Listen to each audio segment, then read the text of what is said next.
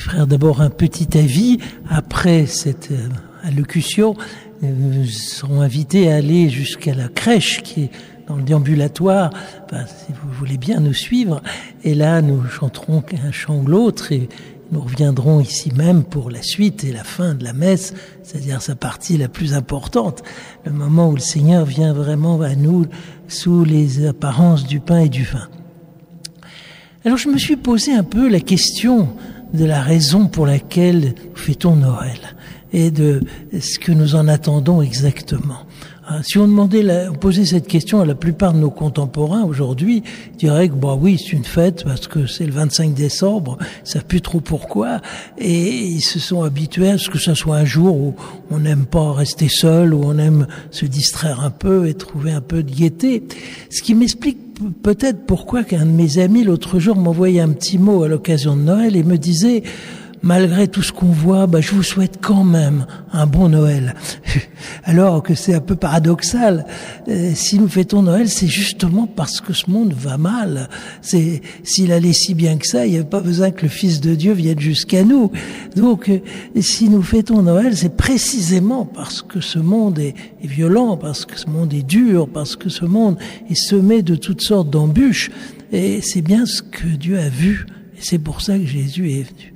Donc, le Seigneur n'est pas venu sur terre pour faire seulement du tourisme, il est venu sur terre pour rejoindre l'humanité dans ce qu'elle avait de plus douloureux, de plus terrible. Un père de l'Église qui a été jusqu'à dire que Christ, en s'unissant à la nature humaine, en naissant d'une femme sur notre terre, a épousé l'humanité en état de cadavre. C'est un peu brutal, mais c'est sans doute très vrai.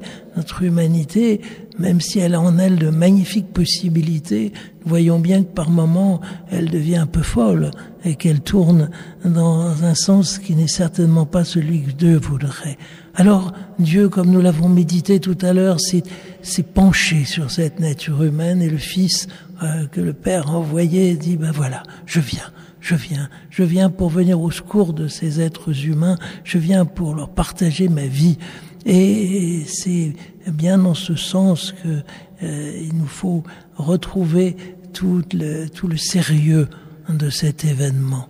Bien sûr, nous en faisons une occasion de joie, nous en faisons une occasion de fête parce que Dieu nous visite, mais en même temps, il y a une certaine gravité dans ce qui s'est passé à Bethléem, dans ce fait que Fils de Dieu n'a pas trouvé d'autre moyen de venir à nous que de naître pauvrement au milieu de nous et d'y apporter quelque chose qui va être sa vie. Car en naissant parmi nous, il prend un corps qui va pouvoir souffrir.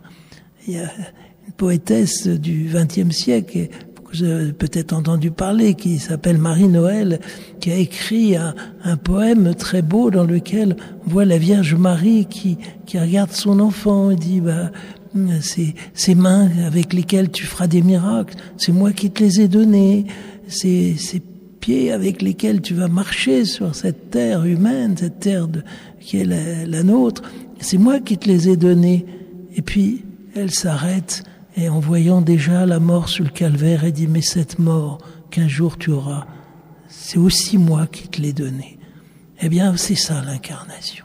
C'est ça le sérieux de ce que le Fils de Dieu est venu faire sur terre parmi nous. Et que c'est bien pour une humanité qui en avait un cruel besoin qu'il est venu.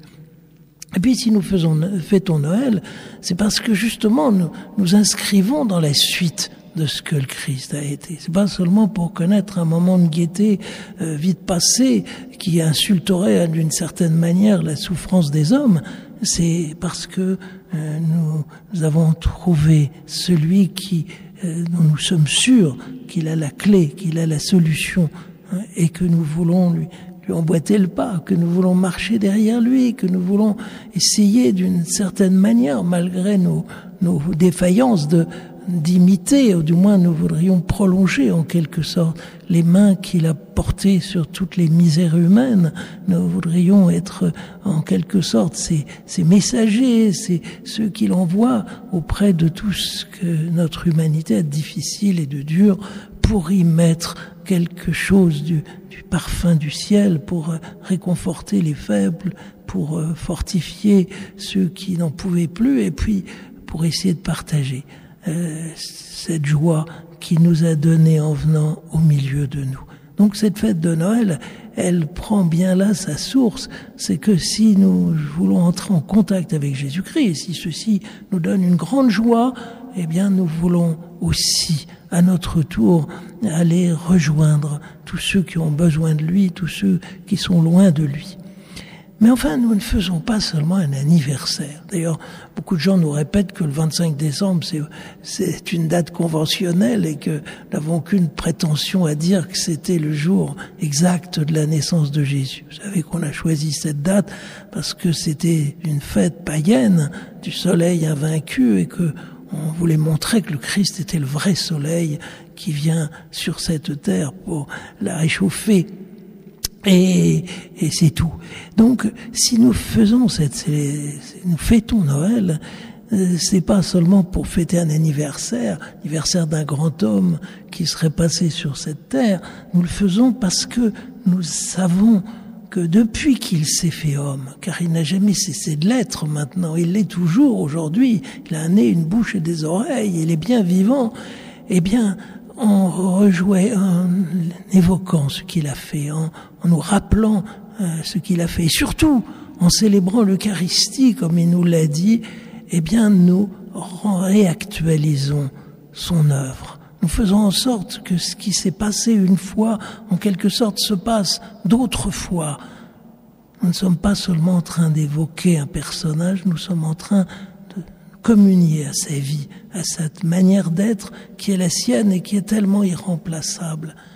C'est pour ça que nous faisons Noël, parce que nous avons conscience que, d'une certaine manière, pour notre monde aujourd'hui, il va y avoir une nouvelle éruption du Christ dans ce monde.